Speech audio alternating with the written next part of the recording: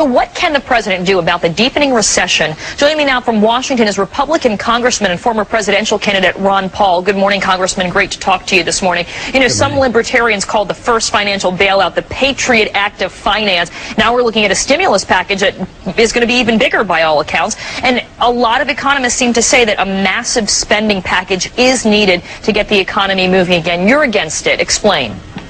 Well, it's because it's the government that is spending. If the people were spending it, that would be fine. But government, the government never does anything productive. They have to take money from productive individuals and spend it in a non-productive way. So it's just digging a bigger hole and a bigger debt, and that is our problem. This stimulus package is going to cost each and every American $6,700 of more debt. So how can that be beneficial? If debt was the answer, we would have never had our problem, because we've been doing, a lot of deficit financing here for the past 8 years, and it got us into the trouble. So all this plan of more government stimulus and more inflation, it's absolutely the wrong way to go. We're doing exactly what we did in the 1930s. So we are taking a recession and working very hard at trying to turn it into a depression. Well, when we're talking about 7.2% unemployment on the national average, 10% in some states that have been hit hard, especially in the manufacturing sector. What is the answer then for so many people who are out of work? Well, there is no easy answer, and those who propose more government, I'm sure they're well motivated, but the answer is to get out of the way, to allow the liquidation of debt and to allow prices to come down. You want to have prices of houses to come down. You don't want to stimulate housing building when we've overbuilt about 1 million houses. So you want to allow the market to work. You want people to be able to save their money and liquidate all the mistakes that have been made. Governments make mistakes when they keep interest rates artificially low and they spend too much money. And if you don't erase those mistakes, you just get a bigger hole for ourselves. I see your point, but you're basically telling people that, you know what, the majority of Americans sort of have to suck it up, realize that we've been living well beyond our means, and go back to almost a 1960s standard of living. How is that really going to be a realistic pitch? Well, politically, it isn't realistic, and that's why you can expect more inflation, more spending, and more deficit, because taking the hard medicine is not acceptable. But the tragedy is to continue to do what we're doing isn't going to solve the problem. It won't create productive jobs. What it will do is make the problems worse and creates the depression.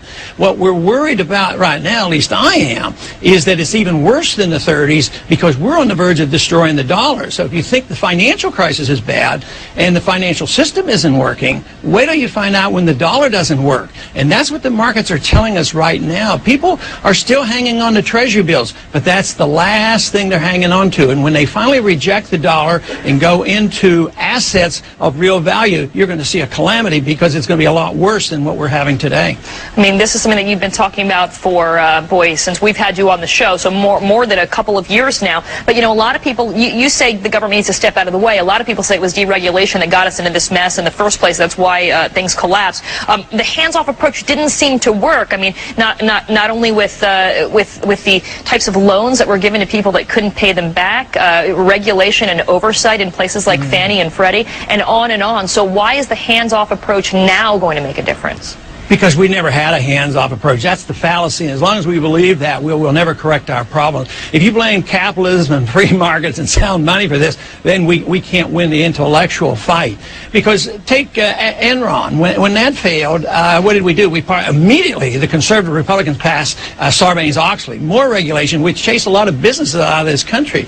So we were doing all this piling on, but we were already overregulated. Now, if you want to get deregulate, I mean, if you want to regulate government agencies, regulate the Treasury, regulate the Federal Reserve. The Federal Reserve has no oversight. They're not even permitted to be audited by law. So that's the kind of oversight that we leave. That's where they have free reign. The Federal Reserve has committed trillions of dollars to individuals and corporations and banks that they don't even have to tell us where it's gone to. That's the kind of regulation we need.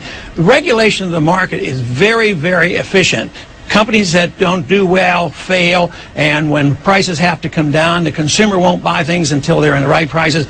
The best regulation is through the free market, and to blame the free market for this calamity is an absolutely intellectual error that has to be changed.